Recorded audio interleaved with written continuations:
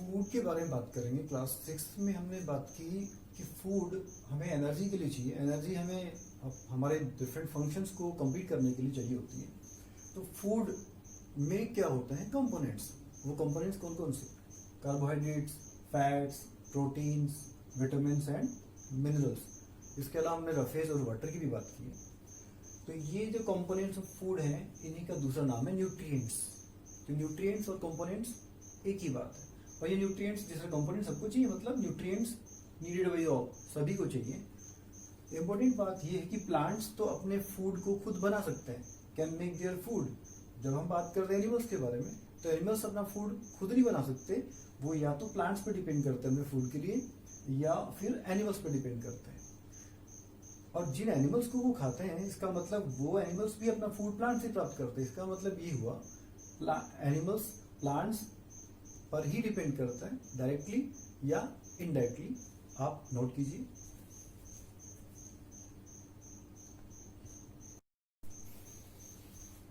Now nutrition की बात करेंगे। न्यूट्रिशन दो पार्ट्स में बटा है। पहला है टेकिंग इन फूड, फूड को अपनी बॉडी में ग्रहण करना। The second part is utilization, उसका यूज करना हमारे शरीर के अंदर डिफरेंट नीड्स के लिए। तो इन दोनों को मिला देंगे तो डेफिनेशन बन जाएगी न्यूट्रिशन की। डेफिनेशन हुई taking food by organism and its utilisation by the body is known as nutrition. अब न्यूट्रिशन की हमने बात की कि प्लांट्स अपना फूड खुद बना सकते हैं, लेकिन एनिमल्स डिपेंड करते हैं प्लांट्स पर। इसलिए न्यूट्रिशन के दो मेथड्स हो गई, जिनको बोलते हैं मोड्स। मोड्स या मेथड्स एक ही बात है। तो ये दो मोड्स हैं। पहला mode autotrophic mode, second mode heterotrophic mode. सबसे इंपॉर्टेंट बात, ये दोनों जो वर्ड्स हैं वो अपने बारे में खुद एक्सप्लेन करते हैं। क्या? ऑटोट्रॉफिक के दो पार्ट्स हो गए, auto, second part is trophic. यहाँ ऑटो का मतलब ऑटोमेटिकली, सेल्फ, खुद। ट्रॉफिक में जो ट्रॉफ है, ट्रोफोस से बना है। ट्रोफोस का मतलब होता है food, nutrition, nourishment, nutrition. Heterotrophic में हेट्रो फर्स्ट पार्ट है, उसका मतलब others. Second part trophic, same वैसे ही जैसे कि ट्रोफोस, फूड। तो ऑटोट्रॉफिक का मतलब ऐसे ऑर्गेनिज्म जो अपना फूड खुद बना सकते हैं, फूड सेल्फ बना सकते हैं, खुद पर डिपेंड होते हैं। और हेट्रोट्रॉफिक का मोड ऑफ न्यूट्रिशन का मतलब ये हुआ कि उसमें ऑर्गेनिज्म अपने फूड के लिए अदर्स पर डिपेंड करते हैं।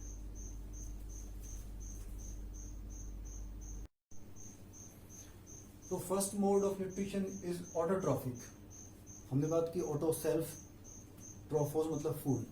सो the mode in which organism make food themselves, खुद बना सकते हैं, from simple substances is known as autotrophic mode. यहाँ सिंपल सब्सटेंस का मतलब जो कच्चा माल है, जिससे कि वो अपना फूड बना सकते हैं। इसके एग्जांपल्स हैं ऑल ग्रीन प्लांट, सारे ग्रीन प्लांट बना सकते हैं अपना फूड। एल्गी भी बना सकते हैं। एल्गी के बारे में हम नेक्स्ट बात करेंगे इस चैप्टर में। और सम बैक्टीरिया, वो भी अपना फूड खुद बना सकते हैं, है ना?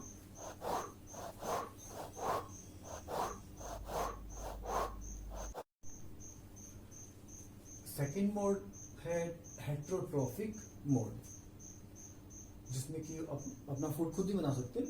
हेट्रो, अदर्स पर डिपेंड करते हैं। The mode in which organism take in readymade food, readymade पहले से बनाया हुआ है, किसने बनाया? Plants, prepared by plants is known as heterotrophic mode.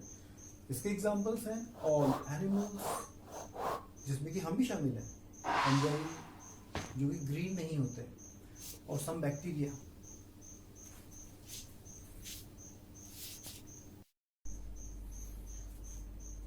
अब ऑटोट्रॉफिक मोड में अपना फूड प्लांट्स खुद बना लेते हैं। तो प्लांट्स में फूड बनाने का कोई जगह है तो वो है फूड फैक्ट्री। फूड फैक्ट्री जिस तरह से फूड बन सकता है हमारे घर में किचन में, तो इसलिए प्लांट्स में भी फूड फैक्ट्री है। वो आपको क्लास 6 के स्टैंडर्ड के हिसाब से आपको पता है सकते कि वो कहाँ है, उनकी leaves. The food factory of the plants are leaves, and the process by which the plants can prepare their food, that is photosynthesis. So the definition of the photosynthesis, again the word itself is self-explanatory, खुद अपने बारे में बताता है। कैसे? Photo, photo का मतलब light, synthesis का मतलब प्रिपरेशन, जोड़ देना। तो लाइट की प्रेजेंस में अलग अलग जो रॉ मटेरियल्स, जैसे किचन में मम्मा अलग अलग चीज़ों को मिलाकर आपके लिए शानदार स्वीट सी, डेलिकेसी, डेजर्ट बनाती हैं, उसी तरह से यहाँ प्लांट्स की जो लीव्स हैं अलग अलग तरह के रॉ मटेरियल्स को जोड़कर मिलाकर लाइट की प्रेजेंस में प्रिपरेशन करती हैं, तो उसको बोलते हैं फोटोसिंथेसिस। तो मम्मा वाला तो फोटोसिंथेसिस नहीं कहलाया। अगर वो धूप में जाके फूड बनाएंगी तो क्या हो जाएगा क्या? नहीं। क्यों? जो रिक्वायरमेंट है हम बात करेंगे बाद में, तो वो किचन वाली रिक्वायरमेंट डिफरेंट है और यहाँ प्लांट्स वाली डिफरेंट है। तो यहाँ फोटोसिंथेसिस की डेफिनेशन की बात करें, खुद जो वर्ड है वो अपने बारे में बताता है क्या? Synthesis of food in presence of light is known as photosynthesis. Light की प्रेजेंस में फूड बनाते हैं लीव्स के अंदर, तो इस प्रोसेस का नाम फोटोसिंथेसिस। तो फोटोसिंथेसिस के लिए कच्चा माल, raw material, RAW, raw material, वो क्या क्या है? वो 4 रॉ मटेरियल्स है। फर्स्ट वाटर, जिसका फॉर्मूला है H2O। सेकेंड कार्बन डाइऑक्साइड, जिसका फॉर्मूला है CO2। थर्ड क्लोरोफिल, उसका फॉर्मूला आप हाई क्लास में पढ़ेंगे। और लास्ट में फोर्थ लाइट। वाटर की बात करें, वाटर कहाँ से मिलता है प्लांट्स को? उनकी रूट्स एब्जॉर्ब करती हैं, क्लास 6 में हमने बात की इसके बारे में, सोइल से। सेकेंड CO2 गैस, जो कि एयर में है, बहुत थोड़ा सा परसेंटेज होता है, हम बात कर चुके हैं 0.03%, लेकिन वो इतना कम परसेंट भी प्लांट्स के लिए कितना इम्पोर्टेंट। थर्ड क्लोरोफिल, ये क्लोरोफिल क्या है हम बात करते हैं अभी इसके बाद में। लीव से मिलता है। और लाइट, ये सन से मिलती है। तो 4 रॉ मटेरियल्स इनकी जरूरत पड़ती है प्लांट्स की प्रोसेस ऑफ फोटोसिंथेसिस में।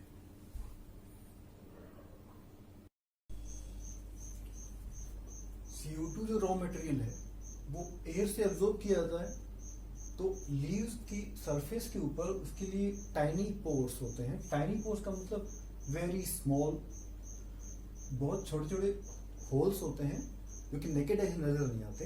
तो वो उनका नाम है स्टोमेटा। प्लूरल इज स्टोमेटा, उसका सिंगुलर होता है स्टोमा। तो ये कहाँ होते हैं, कैसे होते हैं, इनके बारे में बात करते हैं थोड़ी।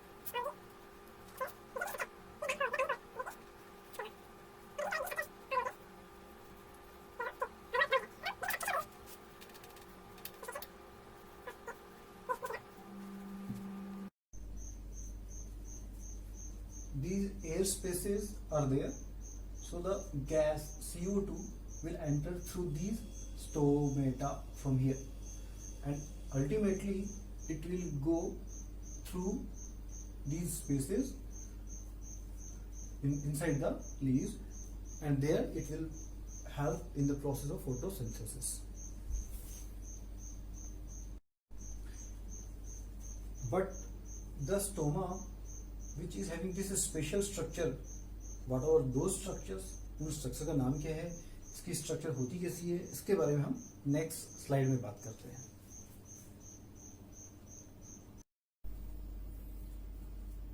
तो हमने बात की कि एपिडर्मिस में जब हमने लीफ के एक सेक्शन के बारे में स्टडी किया, तब हमने ये बात की कि उसकी जो अपर लोअर एपिडर्मिस है वहां पर स्टोमा, और जिसका कि प्लूरल होता है स्टोमेटा, वो होते हैं। तो उसकी स्ट्रक्चर कैसी होती है उसके बारे में जानते हैं।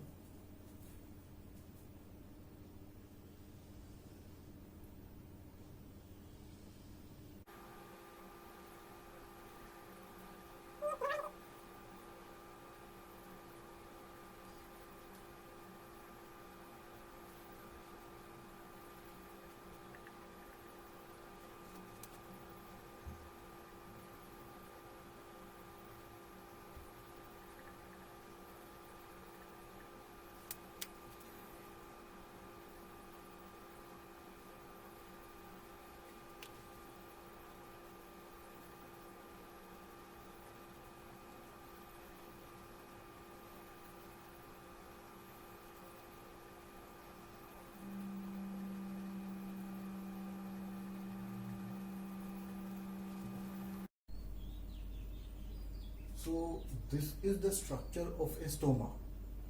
We can see there are two bean-shaped guard cells, and between these two there is the stomatal opening or aperture. This is the place through which oxygen, CO2, even water vapor also goes out and inside. These exchanges are taking place through this aperture. Now the inner wall is thicker, outer wall is thinner. So, and these cells are the epidermal cells. The epidermis we talked about in that last figure of the leaf section. So this is the epidermis where the stomata are found. So this is the structure of a stoma.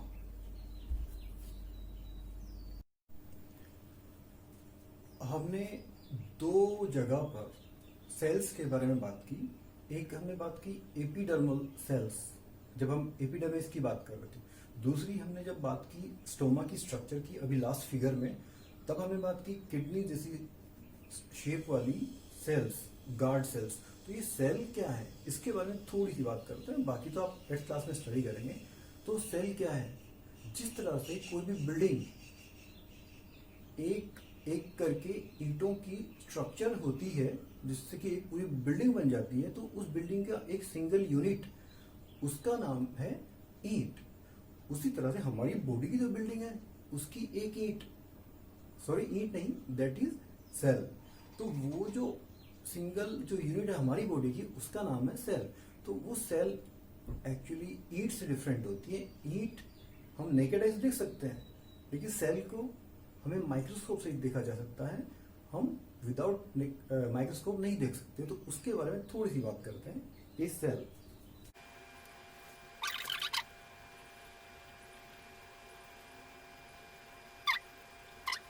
nucleus. So there are three main structures present in a cell. This cell membrane covers the outer surrounding. It makes the boundary. The cytoplasm, which is present between the nucleus and the cell membrane. This is a jelly-like substance. Have you eaten something like jelly, jug jelly, etc.? So that sort of structure is there. And at the center of the cell, it is a nucleus. So these are the structure which are present in our body, and these are only visible with the help of a microscope. So the cells are microscopic.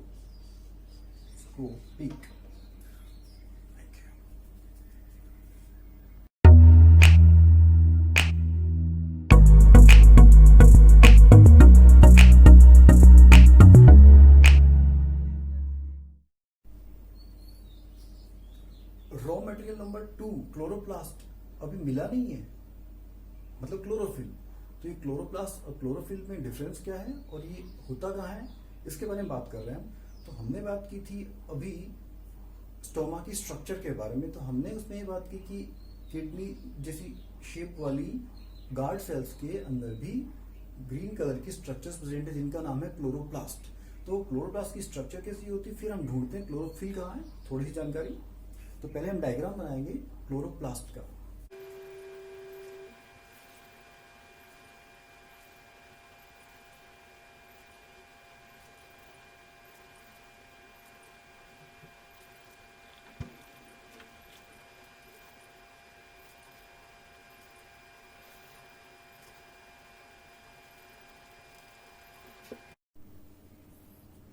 इस structure में दो तरह की खास बातें हैं chloroplast में. एक तो ये ढेर, कॉइन्स के ढेर जैसे, और दूसरा ये बीच में जो लिक्विड भरा हुआ वो. तो जो लिक्विड भरा हुआ उसका नाम तो है स्ट्रोमा. ये स्टोमा नहीं है, स्टोमा और स्टोमेटा होल्स वाली बात वो कर रहे थे हम लोग, वो नहीं है. ये स्ट्रोमा है जो कि इसका लिक्विड पार्ट है. दूसरा है जो कॉइन्स जैसे स्ट्रक्चर है, ढेर लगा हुआ है, ये ढेर का नाम है ग्रेनम. एक ग्रेनम है, बहुत सारे ऐसे होते हैं, वो सब ग्रेना है और आपस में कनेक्टेड भी होता है. ये जो ग्रेनम है एक, उसमें अलग अलग कॉइन जैसे स्ट्रक्चर्स हैं. उस एक स्ट्रक्चर का नाम है थाइलेकोइड. हमें अभी मिला क्या क्या क्लोरोफिल नहीं मिला, ढूंढते हैं कहाँ मिलेगा, इस थाइलेकोइड के अंदर। चले,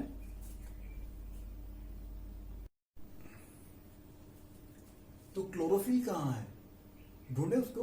अभी हमने बात की क्लोरोप्लास्ट की स्ट्रक्चर में, plate like structure, coin like structure, एक उसका नाम था थाइलेकोइड। तो वो थाइलेकोइड का डायग्राम अगर माइक्रोस्कोप से देखा जाए तो कैसा होता है, उसका डायग्राम बनाते हैं।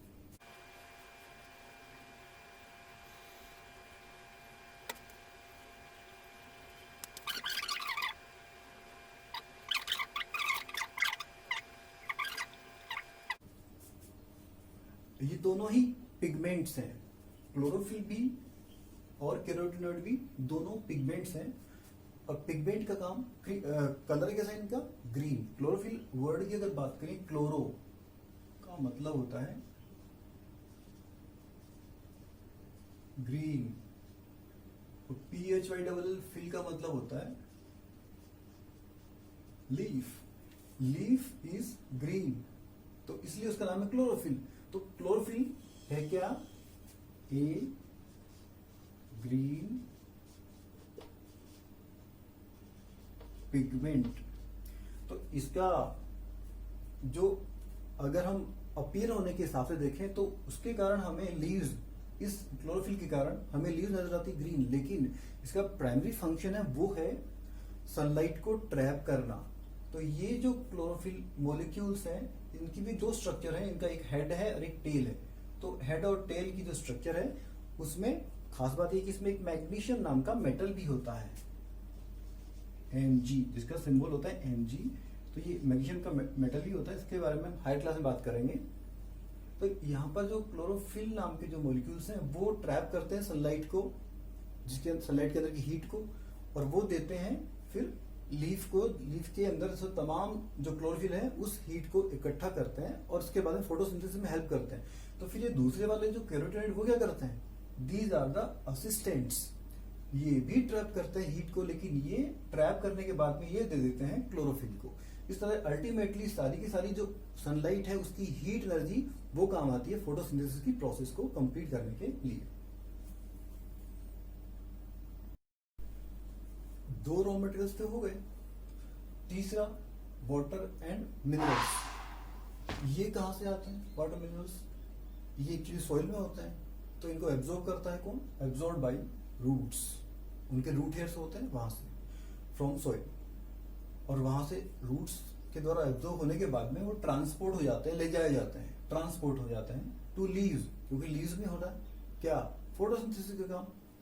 तो ये ट्रांसपोर्ट के लिए प्लांट्स के अंदर spread in the plant, plant में फैला हुआ क्या होता है, एक जाल फैला होता है, किसका, पाइप लाइक सेल्स का, जिनको वेसल्स बोलते हैं। बाद में आप पढ़ेंगे कि वो उनका एक स्पेशल नाम भी है।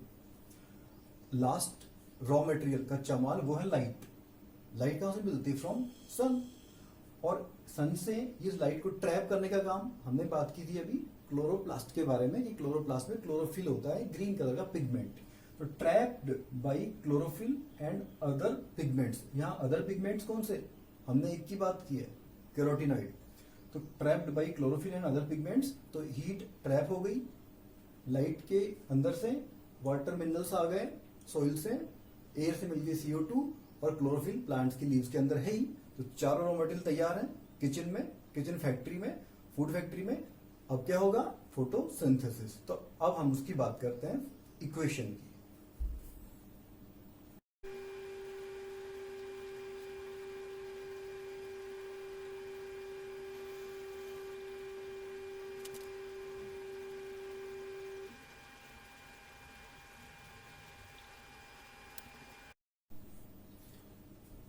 सो लीव्स में फोटोसिंथेसिस की जो इक्वेशन है वो कैसे फोटोसिंथेसिस होता है उसके बारे में बात करते हैं।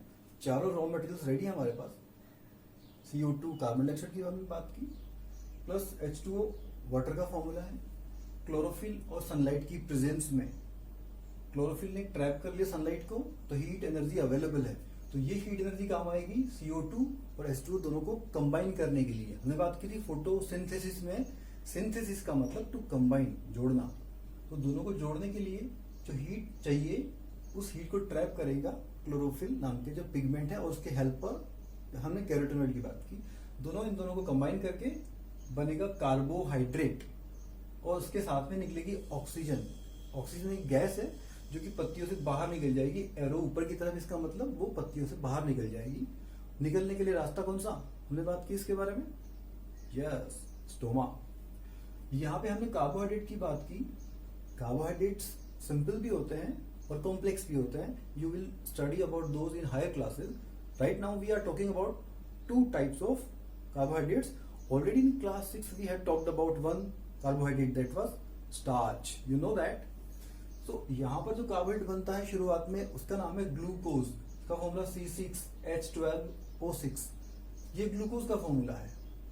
एक्चुअली ग्लूकोज बनता जरूर है, लेकिन ये जब स्टोर होता है प्लांट्स के अंदर फूड के फॉर्म में, जैसे कि हमने बात की पोटैटो, तो पोटैटो में हमने स्टार्च टेस्ट किया था लास्ट ईयर क्लास 6 में, तो उसमें आयोडीन के द्वारा टेस्ट करते हैं, तो स्टार्च के लिए टेस्ट करके ब्लू ब्लैक कलर आता है। तो यहाँ पर जो स्टार्च बना वो ग्लूकोज का कन्वर्जन हुआ है, तो ग्लूकोज स्टोर होता है प्लांट्स के अंदर स्टार्च के फॉर्म में। तो स्टार्च भी कार्बोहाइड्रेट और ग्लूकोज भी कार्बोहाइड्रेट, तो ग्लूकोज का फॉर्मूला ये वाला है। तो ग्लूकोज स्टोर होता है स्टार्च के फॉर्म में।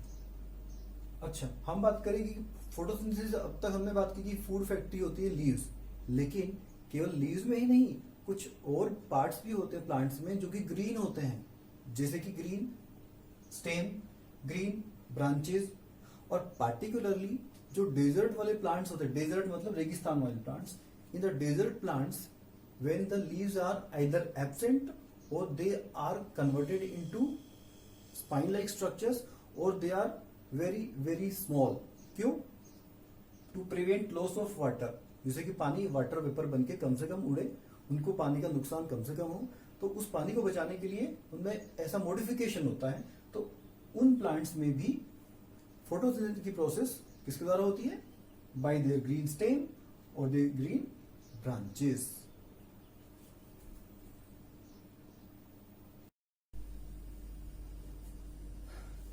चार रॉ मटेरियल्स की हमने बात की कि फोटोसिंथेसिस के लिए चाहिए चार raw materials, sunlight, water, CO2 and chlorophyll. तो सनलाइट क्या जरूरी है प्लांट्स के लिए फोटोसिंथेसिस की प्रोसेस के लिए? इसके लिए एक छोटी सी एक्टिविटी हम बात करेंगे। उस एक्टिविटी में दो पोटेड प्लांट्स, पोट में लगे हुए प्लांट्स लेते हैं। पहले प्लांट को, ए को हमने एक ब्लैक बॉक्स में रखा है, potted plant in black box, या डार्क रूम में भी रख सकते हैं। दूसरे वाले प्लांट को हमने सनलाइट में रखा। 72 आवर्स और 3 डेज के बाद में हमने दोनों ही प्लांट से एक एक लीफ प्लक की, तोड़ी, और उसके बाद में दोनों ही लीव्स में हमने आयोडीन टेस्ट किया। आयोडीन टेस्ट जो हमने 7th क्लास के पहले 6th क्लास में हमने टेस्ट किया था लीफ के अंदर क्लोरोफिल के बारे में। उसके बाद हमने इसमें स्टार्च के लिए टेस्ट किया था आयोडीन सॉल्यूशन के द्वारा। तो सेम टेस्ट हमने यहाँ पर इस लीफ में भी और इस लीफ में भी। इस लीफ में फर्क क्या है? ये ब्लैक बॉक्स में रखी हुई प्लांट से ली गई, और ये वाली जो सनलाइट में प्लांट रखा था उस वाले प्लांट की लीफ है। दोनों ही प्लांट की लीफ में जब आयोडीन टेस्ट किया गया तो ब्लू ब्लैक कलर के बारे में बात करें तो फर्स्ट वाले प्लांट में ब्लू ब्लैक कलर नहीं आया, लेकिन सनलाइट में जो प्लांट रखा था उसमें ब्लू ब्लैक कलर आया। उसके पीछे कारण पहले तो रिजल्ट जाने। रिजल्ट क्या हुआ कि स्टार्च के बारे में, तो स्टार्च इसमें ब्लू ब्लैक कलर नहीं आया, इसका मतलब स्टार्च इज एब्सेंट। और इस प्लांट में स्टार्च प्रेजेंट, मतलब इसमें स्टार्च बना। अब इसके पीछे रीजन की बात करें, ये प्लांट रखा था इन डार्क रूम, इसलिए इसमें सनलाइट नहीं मिली, तो इसमें स्टार्च नहीं बन पाया, फोटोसिंथेसिस की प्रोसेस नहीं हो पाई। और इस प्लांट में क्योंकि इसको सनलाइट मिली है, इसका कारण सनलाइट के कारण इसमें फोटोसिंथेसिस की प्रोसेस हुई और इसलिए इसमें स्टार्च बना। मतलब फोटोसिंथेसिस के कारण के पीछे जो वजह है सनलाइट, वो मस्ट है। तो इस एक्टिविटी से हमें यह पता लगता है कि sunlight is must for the process of photosynthesis.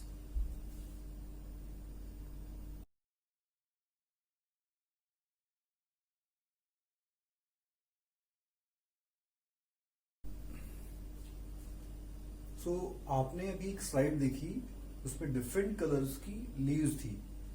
ऐसी कलर की लीव्स जो हमें ग्रीन कलर में नजर बहुत कम आ रहा था, डिफरेंट कलर्स थे, तो उन कलर की लीव्स में जिनमें ग्रीन कलर नजर कम आ रहा है या है ही नहीं, तो क्या उन लीव्स में भी फोटोसिंथेसिस पॉसिबल है? अगर है तो फिर कैसे? क्योंकि हमने तो रॉ मटेरियल की बात की है, क्लोरोफिल होना चाहिए, ग्रीन वाला पिगमेंट। तो ऐसी लीव्स के बारे में थोड़ी सी बात करते हैं। तो ऐसी लीव्स के लिए क्वेश्चन तो यही कि पहली बात कि नॉन ग्रीन लीव्स फूड बना पाती हैं। तो ऐसी लीव्स का एक स्पेशल नाम है वैरीगेटेड लीव्स, मतलब ग्रीन के अलावा दूसरे कलर्स। तो आंसर क्या इसका? यस, कि अगर प्लांट्स नहीं बना, ये ग्रीन लीव्स नहीं है तो दूसरे कलर्स हैं, तो अगर वो फूड नहीं बना पाएंगे तो प्लांट तो डेथ हो जाएगी उसकी, इसलिए बनाती तो है। कैसे? तो इसकी बात करते हैं। क्लोरोफिल इज प्रेजेंट, पहली बात, सबसे इंपॉर्टेंट बात कि उन लीव्स में भी क्लोरोफिल प्रेजेंट होता है। तो फिर तो कारण यह है कि वो नजर क्यों नहीं आता? Because the chlorophyll pigment is masked, mask लग जाता है, छुप जाता है क्लोरोफिल किसके द्वारा? बाई अदर पिगमेंट्स, दूसरे पिगमेंट्स हैं, ब्लू, वॉयलेट एटसेट्रा। तो उनमें से हमने जैसे एक बात की थी, जब हम क्लोरोप्लास्ट में डायग्राम में ढूंढ रहे थे क्लोरोफिल को, तो हमने बात की कैरोटीनॉइड्स। तो कैरोटीनॉइड्स के द्वारा वो जैसे मास्क हो गया है, तो क्लोरोफिल नजर नहीं आ रहा है जरूर वहां पर। तो यहाँ पर दोनों pigments, both pigments trap heat and do the process of photosynthesis. तो नॉन ग्रीन प्लांट्स की जो लीव्स हैं, नॉन ग्रीन लीव्स, वो भी फूड बनाती हैं।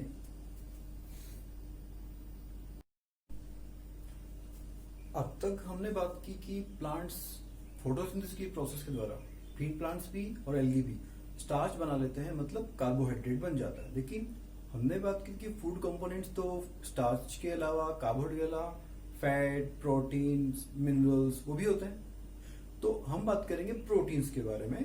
प्रोटीन्स कैसे बन जाते हैं प्लांट्स के अंदर, क्योंकि फोटोसिंथेसिस की प्रोसेस तो केवल बनता है carbohydrate. So synthesis of other food components, तो फोटोसिंथेसिस में बात की कार्बोहाइड्रेट बनता है। कार्बोहाइड्रेट जो वर्ड है वो अपने बारे में खुद बताता है। एक बार फिर से कैसे बात करते हैं? कार्बो, कार्बन, हाइड्रेट का मतलब होता है H2O, मतलब जो वाटर का फॉर्मूला है। तो कार्बन का सिंबल होता है C, आप इसको हाई क्लास में पढ़ेंगे, थोड़ा सा हम इस क्लास में भी बात करेंगे इसके बारे में। और वाटर का फॉर्मूला H2O, उसमें H तो है हाइड्रोजन गैस के लिए, और O है वो ऑक्सीजन के लिए।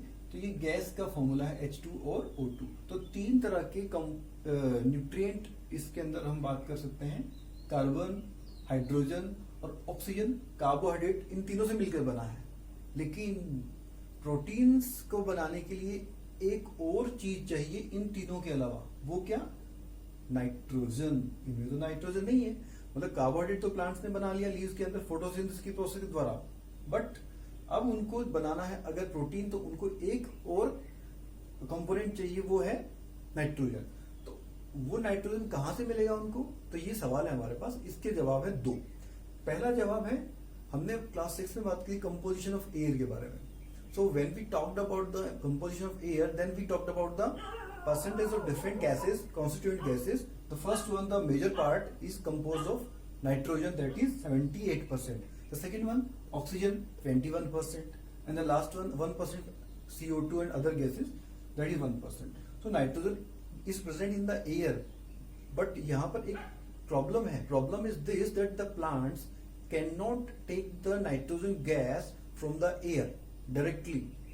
जैसे हमने बात की ऑक्सीजन ले सकते हैं सांस लेने के लिए, रेस्पिरेशन के लिए, CO2 ले सकते हैं फोटोसिंथेसिस की प्रोसेस के लिए, लेकिन नाइट्रोजन को वो इस तरह से एक्सेप्ट नहीं कर पाते, और इसलिए प्रॉब्लम है यहाँ पर। तो इसके लिए सॉल्यूशन क्या है उनके पास में? क्योंकि उनकी रूट्स कहाँ होती है? सॉइल में। सॉइल में एयर भी होती है, हमने क्लास 6 में बात की थी, एक एक्टिविटी भी की उसके लिए हमने। तो सॉइल में जो एयर है, उस एयर में नाइट्रोजन है, और सॉइल में कुछ बैक्टीरिया भी होते हैं। तो सॉइल बैक्टीरिया जो है, उनमें से एक हमने एग्जांपल लिखा है यहाँ पर, राइजोबियम। राइजोबियम स्पेलिंग देख लीजिए आप। तो राइजोबियम नाम का जो बैक्टीरिया है, वो राइजोबियम बैक्टीरिया वो क्या करते हैं? इस नाइट्रोजन गैस को कन्वर्ट कर देते हैं यूजेबल फॉर्म में, कंपाउंड्स के फॉर्म में, जिसको यूज किया जा सकता है। और ये यूजेबल फॉर्म जब कंपाउंड बन गया, तो जब वाटर सप्लाई की जाएगी, तो उनमें उसमें वाटर में डिजोल्व हो जाते हैं, ये डिजोल्व इन H2O, मतलब वाटर में, और वहां से घुलने के बाद में प्लांट्स की रूट्स के द्वारा वो एब्जॉर्ब कर ले जाएंगे। तो पहला तरीका नाइट्रोजन को प्राप्त करने का प्लांट्स के लिए वो है एयर से। एयर कौन सी? सॉइल के अंदर जो एयर है। सेकंड तरीका फार्मर्स करते हैं जब इरिगेशन का काम, इरिगेशन मतलब supply of water to the crops plants, उस वक्त वो ऐड करते हैं नाइट्रोजन रिच फर्टिलाइजर्स। जैसे आपने नाम सुना होगा एक यूरिया, जो मोस्ट कॉमन है, तो यूरिया के बारे में, तो यूरिया में नाइट्रोजन होती है, तो ऐसे ही कुछ और भी नाइट्रोजन रिच फर्टिलाइजर्स होते हैं, एनपीके का भी आपने नाम सुना होगा। तो नाइट्रोजन रिच फर्टिलाइजर्स सोइल में ऐड कर देते हैं, तो वहां से प्लांट्स उनको एब्जॉर्ब कर लेते हैं। तो दो तरीके से प्लांट्स के पास नाइट्रोजन मिल गई। इसके बाद में इस नाइट्रोजन का इस्तेमाल करके कार्बोहाइड्रेट ऑलरेडी रेडी है, तो वहां पर तीन तो थे, चौथा नाइट्रोजन मिल गया। तो इस तरह से चौथा कंपोनेंट मिलकर, चौथा ये न्यूट्रिएंट मिलकर उन्होंने प्रोटीन भी बना लिया। इस तरह से प्लांट्स में अदर कंपोनेंट्स का फॉर्मेशन होता है।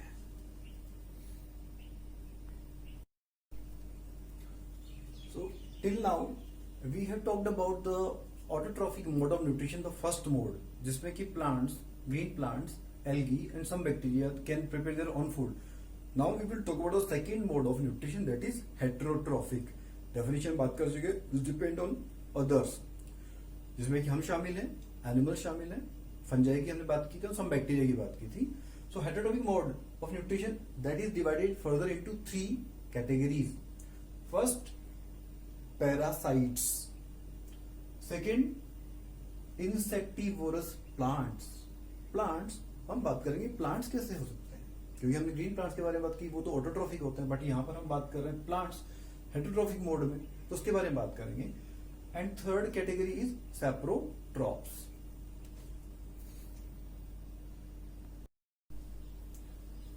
So the first heterotrophic mode की हम बात करें तो फर्स्ट उसमें टाइप है पैरासाइट्स। पैरासाइट्स, तो यहां पर भी वर्ड खुद अपने बारे में एक्सप्लेन करता है। पैरासाइट्स, पैरा का मतलब अदर्स होता है, साइट्स का मतलब प्लेसेस, मतलब दूसरों से, दूसरों की जगह से वो अपना फूड एक्सेप्ट करेंगे, एब्जॉर्ब करेंगे, खुद तो बना नहीं सकते। तो डेफिनेशन क्या होगी, द हेटेरोट्रोप्स, क्योंकि हेटेरोट्रोप्स है, that depend on other living organism. यहाँ पे इंपॉर्टेंट बात है, हमें ये याद रखना चाहिए, लिविंग ऑर्गेनिज्म, क्योंकि तो हम बात करेंगे थर्ड टाइप सैप्रोट्रोप्स की, वहां पे लिविंग नहीं होगा। So the heterotrophs that depend on other living organisms for food are known as parasites. तो ये डेफिनेशन, पहली बात इनकी, नॉन ग्रीन है, ग्रीन नहीं है, अपना फूड खुद नहीं बना सकते, डिपेंड करते हैं दूसरों पर, डिपेंड ऑन होस्ट, जो जिस पर डिपेंड करते हैं ये पैरासाइट्स, उस ऑर्गेनिज्म को, लिविंग ऑर्गेनिज्म को बोलते हैं होस्ट। तो वो एक लिविंग ऑर्गेनिज्म होता है। तो इसके एग्जांपल्स की बात करें, मस्कीटोज आपका खून चूसते हैं, बेड बग्स भी, खटमल, लाइस, जू एंड कस्कुटा। कस्कुटा के बारे में बात करते थोड़ी सी। कस्कुटा, आपने कस्कुटा देखा होगा, कस्कुटा ग्रीन प्लांट्स के ऊपर येलो कलर की एक बेल जैसी स्ट्रक्चर, जिसमें कि कलर उसका होता है येलो। वो अपना येलो कलर होने का मतलब उसके पास क्लोरोफिल नहीं है, अपना फूड नहीं बना सकता, तो वो पैरासाइट है। वो डिपेंड करता है ग्रीन प्लांट्स पर, होस्ट पर।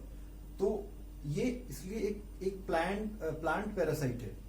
इसकी स्ट्रक्चर देखिए थोड़ी सी, ग्रीन प्लांट पर वो ट्विनिंग लिपटा हुआ है। ये होस्ट प्लांट, ये कस्कुटा प्लांट लिपटा हुआ है, येलो कलर का होता है, मैंने ब्लू बना दिया। और यहां पर जहां से ये ब्रांच के या स्टेम के कांटेक्ट में आता है होस्ट प्लांट के, वहां पर इसमें एक स्पेशल स्ट्रक्चर जो कि उसकी ब्रांच में या स्टेम के अंदर एंटर कर रही है, उस स्पेशल स्ट्रक्चर का नाम होता है हॉस्टोरिया। थोड़ा थोड़ा होस्ट से मिलता जुलता है ना, हॉस्टोरिया। तो इस हॉस्टोरिया के थ्रू ये जो ग्रीन प्लांट्स ने अपना ऑटोट्रॉफिक मोड के कारण फोटोसिंथेसिस की प्रोसेस उसने की, so they have prepared their own food, host, photosynthesis के द्वारा। तो रेडीमेड फूड हॉस्टोरिया के थ्रू कस्कुटा ने या बाकी जो भी पैरासाइट्स होते हैं रेडीमेड फूड एब्जॉर्ब कर लेते हैं। तो इसके कारण ये जिस प्लांट पर डिपेंड करते हैं, जिस एनिमल पर डिपेंड करते हैं, उसको नुकसान पहुंचाते हैं। तो पैरासाइट्स हमेशा नुकसान पहुंचाते हैं और वो लिविंग होस्ट हमेशा अपना बनाते हैं।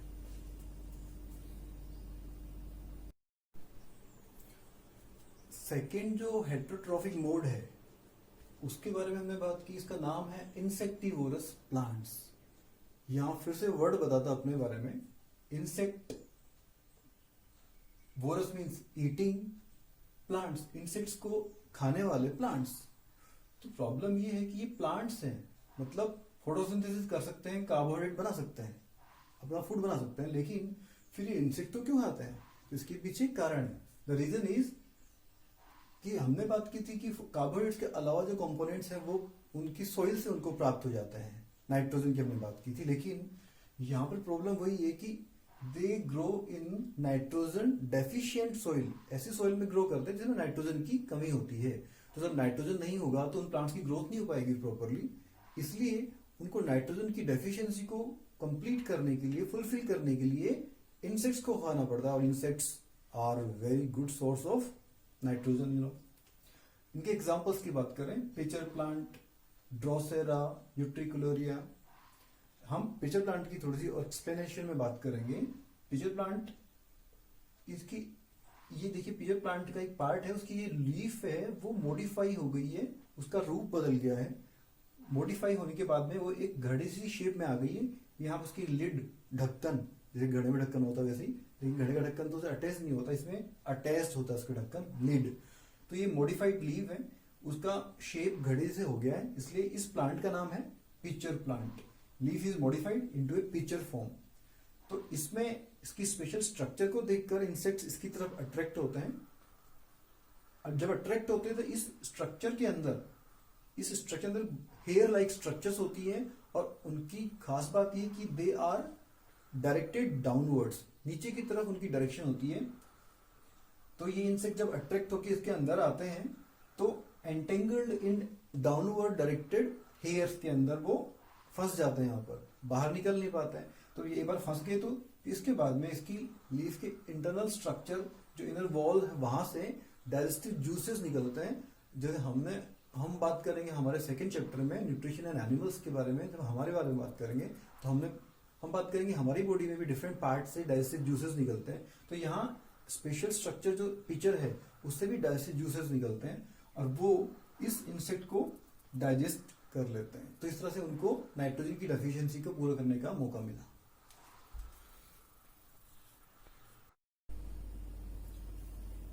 The third and the last mode of nutrition in category of the heterotrophic mode, जो अपना फूड खुद नहीं बना सकते, उस कैटेगरी में थर्ड वाली जो कैटेगरी है, दैट इज saprotrophs.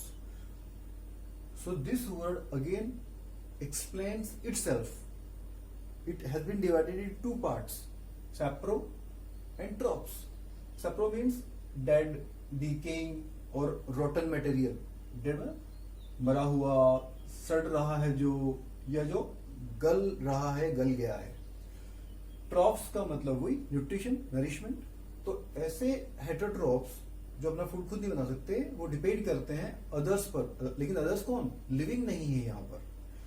वो कौन है? Dead, decaying, rotten. और ये डिफरेंस है पैरासिटिक मोड में और सेप्रोट्रोफिक मोड में। पैरासाइट्स की हमने बात की थी, तो हमने बात की थी कि वो किसी लिविंग से, जैसे हमने बात की लाइफ, जूं, वो अपने ब्लड को, मतलब हम तो लिविंग है ना, हमारे लिविंग से वो ब्लड लेते हैं, इसका मतलब they are dependent on living for their food. But these saprotrophs, they depend on dead, not on living, but they depend on living.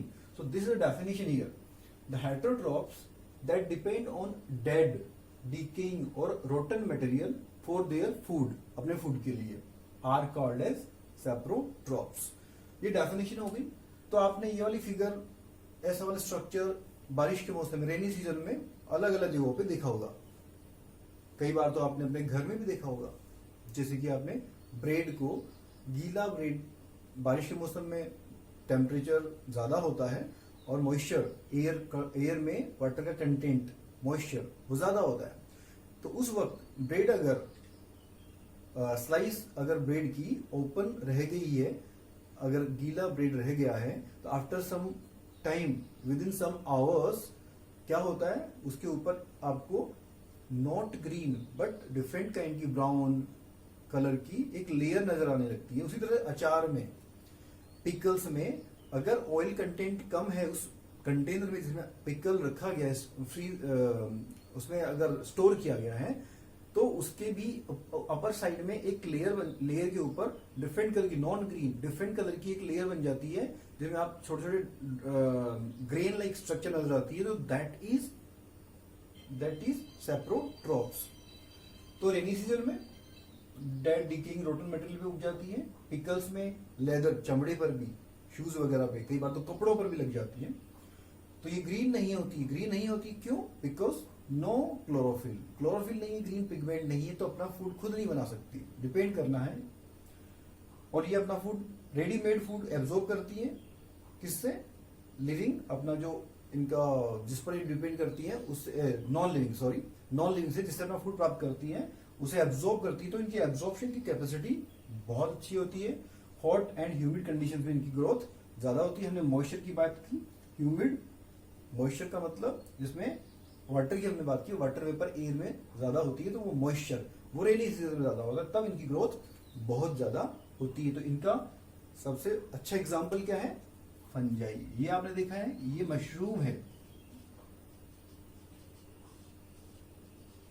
तो ऐसे अलग अलग तरह के डिफरेंट कलर्स के आपने लकड़ी के लट्ठों पर, लॉग्स ऑफ वुड पर भी देखा होगा, तो अलग तरह के मशरूम्स होते हैं।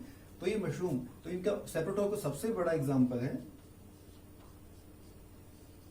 फंजाई। फंजाई प्लूरल है और इसमें आई हटाकर यूएस लग जाएगा तो हो जाएगा singular. Fungi is plural, fungus is singular, I की जगह पर यूएस लग जाएगा।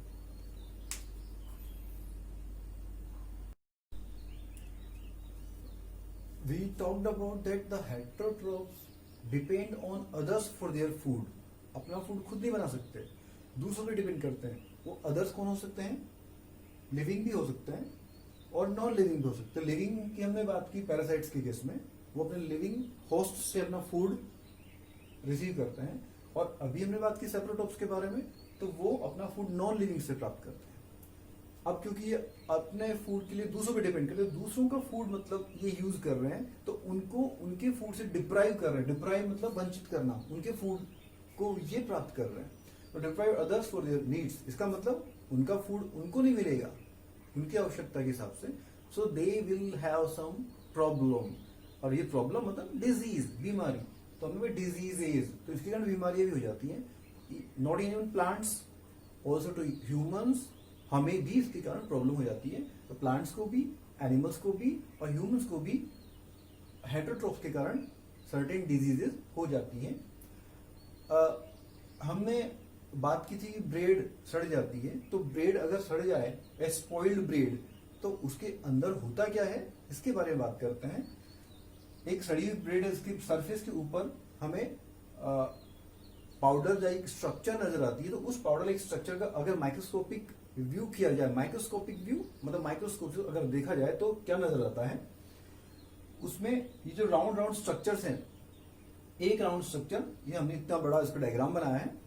तो जो टॉप जो राउंड स्ट्रक्चर है उसका नाम तो है स्पोरेंजियम, और वो स्पोरेंजियम जो हम पाउडर के रूप में नजर आती है, एक्चुअली वो बाहर की तरफ की स्ट्रक्चर है, लेकिन अंदर की तरफ उस ब्रेड के अंदर क्या स्प्रेड होता है, क्या नेटवर्क फैला होता है, उसके बारे में बात करें तो ये एक stock like, stem like structure से कनेक्टेड होती है नीचे की तरफ, जो उसकी सरफेस के अंदर, ब्रेड के अंदर एक नेटवर्क फैला है। किसका? पतले पतले फाइबर्स का। वो फाइबर्स में एक फाइबर को बोलते हैं हाइफा।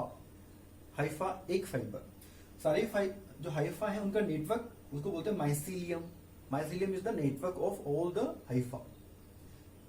जो स्पोरेंजियम है, जो कि ऊपर की तरफ एक राउंड स्ट्रक्चर है, वो नीचे की तरफ एक स्टॉक लाइक स्ट्रक्चर से जुड़ी हुई है। उस स्टॉक लाइक स्ट्रक्चर का नाम है स्पोरेंजियोफोर, जो कि माइसीलियम से कनेक्ट करती है। और माइसीलियम किसके अंदर फैला हुआ है? ब्रेड के अंदर, जो कि फूड एब्जॉर्ब कर रहा है नॉन लिविंग मटेरियल से। यहाँ स्पोरेंजियम धीरे धीरे बड़ी होती जाती है, उसके अंदर वेरी स्मॉल स्ट्रक्चर्स डेवलप होती है, उनको बोलते हैं स्पोर्स। ये स्पोर्स जब मेच्योर हो जाते हैं तो स्पोरेंजियम को तोड़ देते हैं, स्पोरेंजियम टूट जाती है और these come out in the air, air में आते हैं। और अगर इनको हॉट एंड ह्यूमिड कंडीशंस जहां भी मिलती हैं, हॉट एंड ह्यूमिड कंडीशंस जहां मिलती हैं, तो वहां पर ये अपने स्पोर्स के थ्रू वहां पर फिर से जर्मिनेट हो जाते हैं।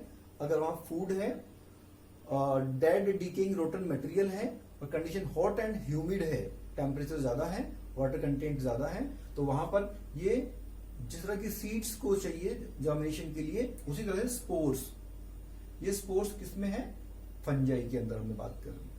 तो स्पोर्स का जर्मिनेशन वहां पर भी हो जाता है और फिर वो वहां पर नए होस्ट बनाते हैं, इनसे अपना फूड प्राप्त करते हैं। होस्ट के साथ नॉन लिविंग है, इसलिए हमने यहाँ पर नॉन लिविंग की बात की है। सो that is all about the heterotrophs.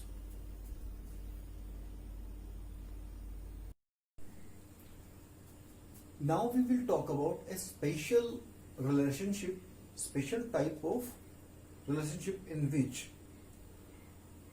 two different modes of nutrition are living together, एक साथ रह रहे हैं।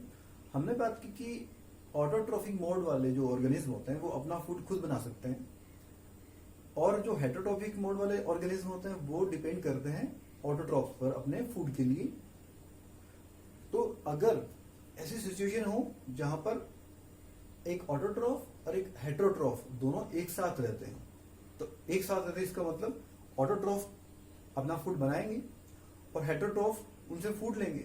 और हेटेरोट्रॉफ के बदले में हमने बात की थी कि सेप्रोट्रॉफ के बारे में, फंजाई के बारे में। फंजाई अपने फूड को एब्जॉर्ब करते हैं, रेडीमेड फूड को। तो एब्जॉर्प्शन की कैपेसिटी फंजाई की बहुत अच्छी होती है। तो अगर इन दोनों का रिलेशन एक साथ रहे, लाइफ एक साथ रहे, तो उस तरह के रिलेशनशिप को बोलते हैं सिम्बायोटिक रिलेशनशिप। यहाँ पर जो सिम्बायोटिक वर्ड है वो अपने बारे में एक्सप्लेन करता है। क्या सिम, SYM, ये बना है साइमल्टेनियस से। साइमल्टेनियस का मतलब एक साथ। बायोटिक में जो बायो वर्ड है उसका मतलब है लाइफ। तो एक साथ दो लाइफ, दो तरह के ऑर्गेनिज्म एक साथ रह रहे हैं, तो वर्ड बना सिम्बायोटिक रिलेशनशिप। तो इसमें फर्स्ट पार्टनर जो होता है सिम्बायोटिक रिलेशनशिप में, वो प्रोवाइड कराता है फूड, क्योंकि वो फोटोसिंथेसिस कर सकता है, अपना फूड बना सकता है। इसका मतलब उसमें क्लोरोफिल, ग्रीन पिगमेंट प्रेजेंट होता है।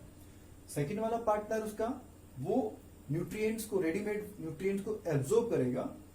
तो ये न्यूट्रिएंट्स एब्जॉर्ब करने में हेल्प करता है ऑटोट्रॉफ की, और ऑटोट्रॉफ इसको देता है फूड। तो दोनों एक दूसरे की हेल्प कर रहे हैं। इनमें से कोई भी एक दूसरे को डिप्राइव ऑफ देयर न्यूट्रिएंट तो कर रहा है, लेकिन हेल्प भी कर रहा है।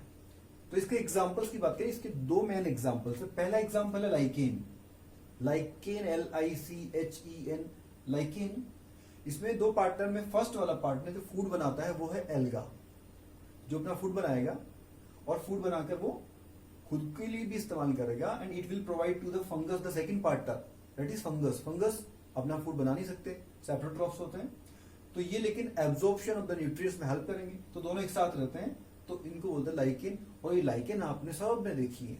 कहाँ देखी है? इन द रेनी सीजन दीवारों के ऊपर, दीवारें ग्रीन कलर की हो जाती हैं, शायद आपने देखी है। ग्रीन, फिर डार्क ग्रीन। तो वो डार्क ग्रीन कलर की जो स्ट्रक्चर आपको दिख रही है, जिसके कारण स्लिपरी हो जाती है स्ट्रक्चर्स। तो या फिर हम बात करें पॉन्ड्स में, पॉन्ड्स की जो सरफेस होती है, बॉटम सरफेस जो ग्रीन स्लाइमी सरफेस होती है वो वाली, तो वो लाइकेन है। दूसरा इसका एग्जांपल है some trees, not all trees but some trees की रूट्स में कुछ फंगस प्रेजेंट होते हैं, फंजाई, प्लूरल फंजाई। तो वो फंजाई और ट्रीज एक दूसरे के साथ में रहते हैं और दोनों एक दूसरे की हेल्प करते हैं। कैसे? ट्री की रूट्स, मतलब ट्रीज ने जो फूड बनाया वो रूट्स के अंदर भी जा रहा है, तो वो जो फूड है वो एब्जॉर्ब किसने किया? फंजाई ने। तो फंजाई को फूड मिला। फंजाई ने इसके बदले में क्या किया? हेल्प प्लांट्स की, ट्रीज की, वो absorption of the nutrients from the soil में उन ट्रीज की हेल्प करते हैं। तो इस तरह से ये दोनों भी एक साथ लाइफ जीते हैं। तो ये भी सिम्बायोटिक रिलेशनशिप। तो सिम्बायोटिक रिलेशनशिप एक स्पेशल टाइप की रिलेशनशिप, इसके लिए एक स्पेशल वर्ड भी है, सिम्बायोसिस।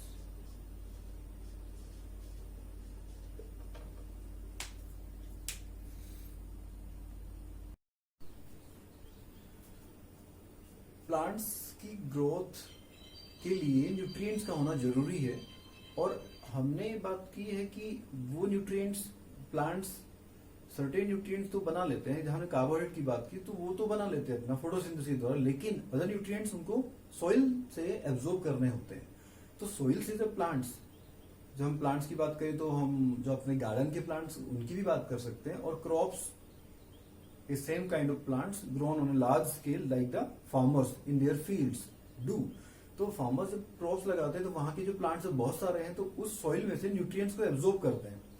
तो न्यूट्रिएंट्स को एब्जॉर्ब करने के कारण आफ्टर सम टाइम होगा क्या कि न्यूट्रिएंट जो सोइल में हैं वो डेफिशिएंट हो जाएंगे, न्यूट्रिएंट्स की क्वांटिटी कम होती जाएगी. Plants absorb nutrients from the soil, so nutrients are declining, कम होते जा रहे हैं, डिक्लाइन होते जा रहे हैं, कम होते जा रहे हैं. तो अगर ऐसा ही होता रहा तो आफ्टर सम टाइम उस सोइल में प्लांट्स की ग्रोथ ही नहीं हो पाएगी. तो लेकिन ऐसा नहीं होता. प्लांट्स को तो आपने देखा होगा कि साल दर साल every year the farmers are growing their crops in their fields. So how is that possible? How the nutrients are back in the soil again? तो बैक के लिए एक वर्ड है रिप्लेनिश. तो न्यूट्रिएंट्स रिप्लेनिश कैसे होते हैं सोइल में? तो इसके लिए दो मेथड्स हैं, two methods. The first method, have you seen the farmers spraying something in their fields? So that is the method. First, adding manures and fertilizers. Manures को हिंदी में खाद बोलते हैं, fertilizers को हिंदी में उर्वरक बोलते हैं. तो ये सोइल के अंदर ऐड किए जाते हैं. मैन्योर काउडंग की और प्लांट्स के वेस्ट की बनाई जाती है डिकम्पोज करने के बाद में, और फर्टिलाइजर्स केमिकल्स के बनाए जाते हैं. In eight class we will talk about these two in a more explained manner. So these two are added by the farmers to their soil. तो क्योंकि इनके अंदर क्या होती है? न्यूट्रिएंट्स. न्यूट्रिएंट मतलब नाइट्रोजन, पोटेशियम, फास्फोरस एटसेट्रा. तो these nutrients are added by the farmers in their soil. तो उनके प्लांट्स की ग्रोथ एवरी ईयर होती रहती है. The second method, growing legumes. Legumes को अपनी क्रॉप्स के फॉर्म में लगाना या क्रॉप्स के साथ में लगाना. लेग्यूम्स क्या है? लेग्यूम्स की क्रॉप्स हैं, ऐसी क्रॉप्स होती हैं जिनको पोड बियरिंग प्लांट्स भी बोलते हैं. पोड मतलब फली, जिनमें फलियां होती हैं. फलियां होती हैं, जैसे एग्जांपल है ग्राम, पी, बीन्स एटसेट्रा. तो इन प्लांट्स की खास बात होती है, the special thing about these plants is that they are having the roots, special roots are nodulated. The roots are nodulated. Nodulated means they are having nodules. Nodules मतलब गांठें होती हैं. These nodules have some special bacteria. Bacteria अपना food खुद नहीं बना सकते. हमने बात की थी इसके बारे में. Not all the bacteria.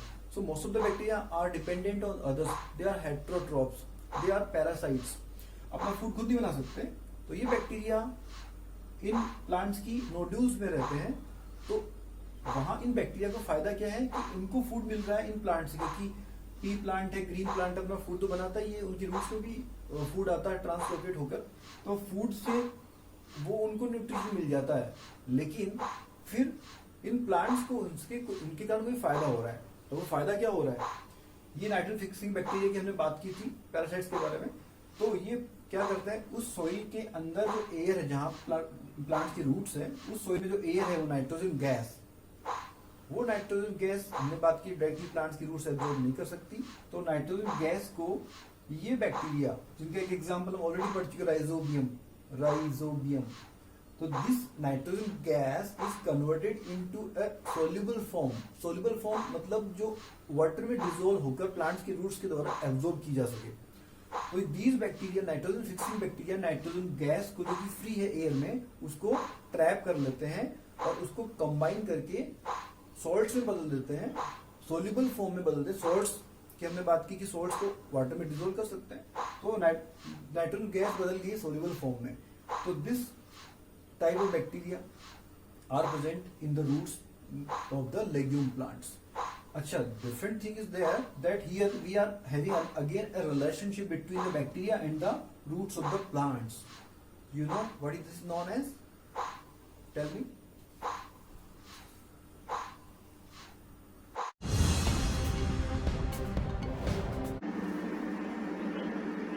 So, dear students, after this completion of the chapter, we will talk about the questions, exercises.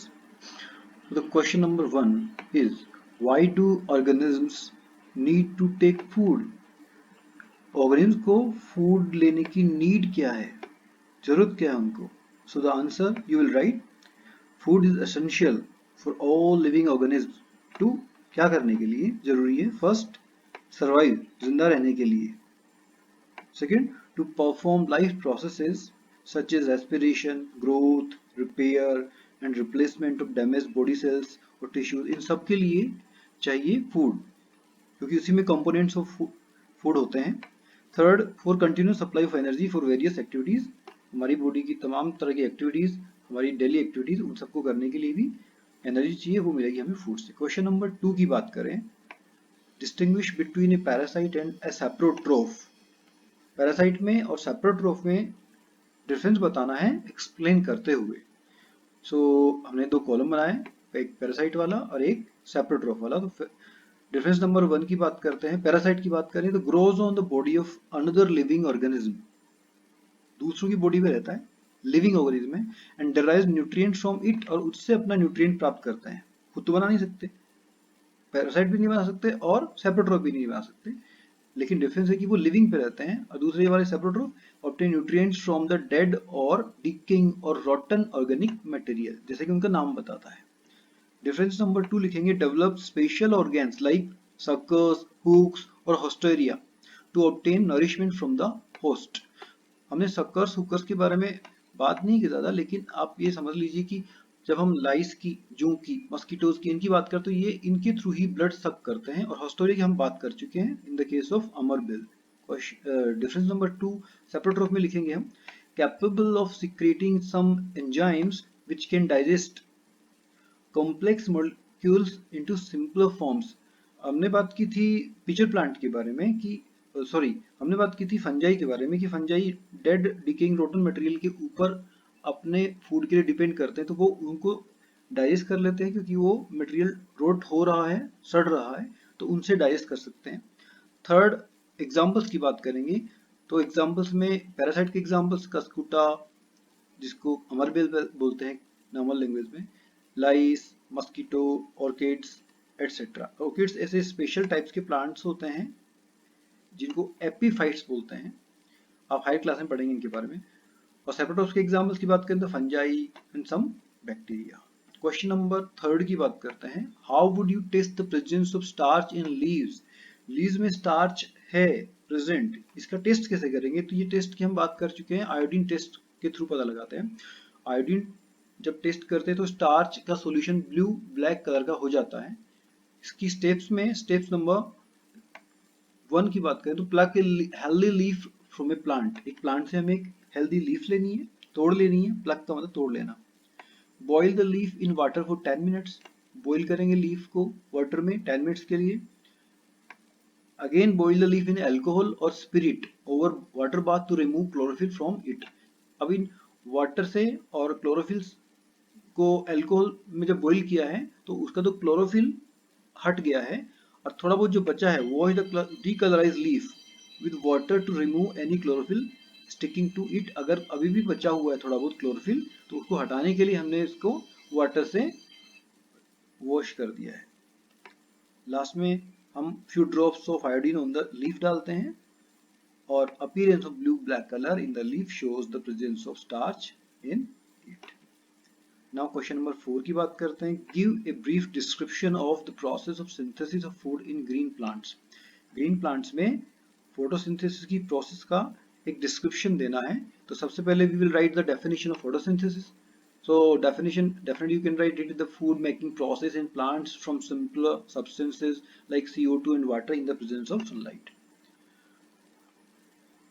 इसकी दो मेन पॉइंट्स की बात करें, पहला पॉइंट है the process of photosynthesis takes place in the green leaves of a plant, जो food factory की हमने बात की थी चैप्टर में।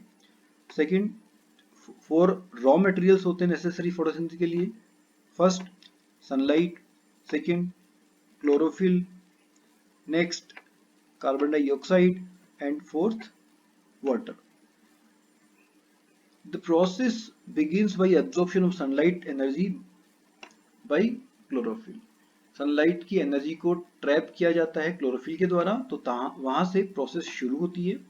उसके बाद में लाइट एनर्जी जो है वो कन्वर्ट हो जाती है केमिकल एनर्जी में, और वाटर जो एब्जॉर्ब किया गया था उसको वो टूट जाता है हाइड्रोजन और ऑक्सीजन में। ये ऑक्सीजन गैस यहाँ से बाहर निकल जाती है, जिसके थ्रू हम और प्लांट्स रेस्पिरेशन करते हैं। और जो हाइड्रोजन है वो हाइड्रोजन काम आती है, हाइड्रोजन कार्बन डाइऑक्साइड के साथ में जुड़कर क्या बना देती है, कार्बोहाइड्रेट। हमने बात की CHO, तो यहाँ पे जो हाइड्रोजन है वो जुड़ गई है C और O, कार्बन डाइऑक्साइड वाले C और O के साथ में, तो कार्बोहाइड्रेट बन गया, जैसे कि ग्लूकोज की हमने बात की, जो कि अल्टीमेटली बाद में स्टार्च के रूप में कन्वर्ट हो जाता है, तो इसमें केमिकल एनर्जी का इस्तेमाल हुआ। और फिर हम बात करते हैं इक्वेशन के बारे में। तो इक्वेशन है CO2 + H2O in presence of chlorophyll and sunlight बनता है ग्लूकोज, जो कि कार्बोहाइड्रेट है, और ऑक्सीजन गैस जो कि निकल जाती है बाहर। और ये इसका डायग्राम है जो आपको ड्रॉ करना है इस तरह से। क्वेश्चन नंबर 5 की बात करें, show with the help of a sketch that the plants are ultimate source of food. Plants ultimate source of food हैं, चाहे वो एनिमल्स हो, चाहे प्लांट्स हो, चाहे वो हेटेरोट्रॉफिक मोड हो, चाहे वो ऑटोट्रॉफिक मोड हो, सबके लिए प्लांट्स अल्टीमेट सोर्स हैं। तो इसका एक स्केच बनाना है। तो क्योंकि प्लांट्स ऑटोट्रॉफ्स होते हैं, अपना फूड बना सकते हैं, किसकी हेल्प से? सनलाइट की हेल्प से और क्लोरोफिल की प्रेजेंस के कारण। तो यहाँ से जो फूड बनता है वो अलग अलग फॉर्म्स में एनिमल्स के पास जाता है। तो आपको ये डायग्राम बनाना है। हमने बनाया grass, then grasshopper, then frog जो डिपेंड करता है ग्रास होपर पर, और स्नेक ये फीड कर सकता है फ्रॉग पर, और ultimately the snake can be eaten by eagle. So that is the sketch you have to draw in this questions answer. Now question number 6 की बात करते हैं। Fill in the blanks, blank spaces हैं, इनको भरना है। First, green plants are called, green plants को क्या कहते हैं? Since they synthesise their own food, वो अपना फूड खुद बना लेते हैं, इनको क्या बोलते हैं? ऑटोट्रॉफ्स, क्योंकि अपना फूड खुद बना लेते हैं। क्वेश्चन नंबर बी है इसका, the food synthesised by the plants is stored as, बनता तो है स्टार्च, सॉरी ग्लूकोज के फॉर्म में, लेकिन वो किसके रूप में स्टोर हो जाता है? स्टार्च के रूप में। So this is the answer, starch. C is in photosynthesis solar energy is captured by the pigment called, कौन सा पिगमेंट जो कि सोलर एनर्जी को कैप्चर करता है, जो प्राइमरी पिगमेंट है, तो उसका नाम है chlorophyll. Next D, during photosynthesis plants take in, क्या लेते हैं फोटोसिंथेसिस के दौरान? एंड रिलीज, और रिलीज क्या करते हैं? तो लेते तो है CO2 और रिलीज क्या करते हैं? O2, oxygen gas. Question number 7, name the following. तो फर्स्ट उसमें है क्वेश्चन, ए पैरासिटिक प्लांट, एक ऐसा प्लांट जो कि पैरासाइट है, येलो स्लेंडर ट्यूबुलर का स्टेम होता है, ग्रीन नहीं होता है। तो ये पैरासाइट वाला प्लांट है, उसका नाम है कस्क्यूटा और अमरबेल, अमरबेल उसका कॉमन नेम है और कस्क्यूटा उसका साइंटिफिक नेम है। सेकेंड क्वेश्चन है, a plant that has both autotrophic and heterotrophic mode of nutrition, ऐसा प्लांट जिसके दोनों मोड्स हैं, वो एक तरह से हम प्लांट्स का एम्फीबिया बोल सकते हैं। एम्फीबिया मतलब जैसे कि फ्रॉग वाटर में भी रह सकता है और सरफेस के ऊपर, लैंड सरफेस भी रह सकता है। तो उसी तरह से ये प्लांट है, वो ऑटोट्रॉफिक भी है और हेटेरोट्रॉफिक भी है। वो कौन सा प्लांट है? That is pitcher plant. Pitcher plant green होता है तो अपना फूड बना सकता है, लेकिन नाइट्रोजन की कमी वाली जगह पे उगता है सॉइल में, इसलिए उसको डिपेंड करना पड़ता है इंसेक्ट्स पर, जिसके कारण वो क्या है? हेटेरोट्रॉफिक। थर्ड की बात करें, the pores through which leaves exchange gases, gases का एक्सचेंज होता है उन पोर्स के थ्रू, हमने बात की टाइनी पोर्स, तो उनका नाम है स्टोमेटा। क्वेश्चन नंबर 8 की बात करें, tick the correct answer. Option हैं उसमें 4, उनमें से करेक्ट आंसर को हमें चूज करना है। तो फर्स्ट इज अमरबेल इज एन एग्जांपल ऑफ, अमरबेल किसका एग्जांपल है? तो first is autotroph, then parasite, saprotroph, host. तो अमरबेल अपना फूड बना नहीं सकता, दूसरे प्लांट के ऊपर डिपेंड करता है, तो answer is parasite. B question is the plant which traps and feeds on insects, insects पे डिपेंड करता है, उनको ट्रैप करता है फूड के लिए, तो उस प्लांट का नाम Cuscuta, China rose, pitcher plant and rose, you know that is pitcher plant. Now question number 9, match the items given in column 1 with column 2. So we have to match these items. So we have given the answer here, chlorophyll is present in the leaf. Nitrogen, it is changed by the bacteria in form of soluble form. Amarbel, that is a parasite. Now animals का mode होता है heterotrophic, so those are heterotrophs. और insects की बात करते हैं तो insects को पिचर प्लांट खाते हैं, इसलिए उनका उनके साथ में relation. 10th question true false वाला है। First question is, carbon dioxide is released during photosynthesis, photosynthesis के जो दौरान है, प्रोसेस के दौरान CO2 गैस वो रिलीज होती है, छोड़ी जाती है, सॉरी रिलीज नहीं होती है, वो तो ली जाती है, this is false. Next, plants which synthesize their food themselves are called saprotrophs. ऐसे प्लांट्स जो अपना फूड खुद बना लेते हैं उनको सेप्रोट्रोप्स बोलते हैं. This is wrong again. वो अपना फूड खुद बना लेते हैं वो तो ऑटोट्रोप्स कहलाते हैं. This is false. Third, the product of photosynthesis is not a protein. Photosynthesis का प्रोडक्ट, फोटोसिंथेसिस का रिजल्ट प्रोटीन नहीं है. तो बिल्कुल सही, प्रोटीन नहीं होता, वो तो कार्बोहाइड्रेट होता है. सो this is true. And last is the solar energy is converted into chemical energy during photosynthesis. सन की जो लाइट है वो सोलर एनर्जी वो केमिकल एनर्जी के फॉर्म में, कार्बोहाइड्रेट के फॉर्म में चेंज हो जाती है फोटोसिंथेसिस के दौरान. Yes, it is true. So answer is true. Next, question number 11 is choose the correct option from the following. Again, the question is having 4 options. We have to select the right answer. Which part of the plant का कौन सा part takes in carbon dioxide, अपने शरीर के अंदर carbon dioxide लेता है from the air से और फोटोसिंथेसिस प्रोसेस के लिए. तो वो कौन है? रूट हेयर लेता है, स्टोमेटा, लीफ वेन्स और सेपल्स. तो CO2 लेने के लिए वो है स्टोमेटा, जिसमें हमने बात की थी गार्ड सेल्स होती हैं उनके अपर्चर के थ्रू. और last question is again the choose the right options का है. तो इसमें फिर से क्वेश्चन पढ़ते हैं. प्लांट्स टेक CO2 और carbon dioxide gas from the atmosphere mainly through their. तो किसके थ्रू लेते हैं CO2 गैस? वो यहाँ पे 4 ऑप्शन है. रूट के थ्रू लेते हैं, स्टेम के थ्रू, फ्लावर्स के थ्रू और लीव्स के थ्रू. तो हमने इस क्वेश्चन में बात की थी कि स्टोमेटा के थ्रू CO2 आती है. तो स्टोमेटा कहाँ होते हैं? लीव्स में. So the answer is leaves. So that is the chapter and the question answers exercises are completed, dear kids. Now we will go for the next chapter. So before that you have to complete your exercises in your notebooks, and then if you have any problem then you can write in the comment section for me. I will definitely report to you, answer to you if I will be able to do that. Thank you.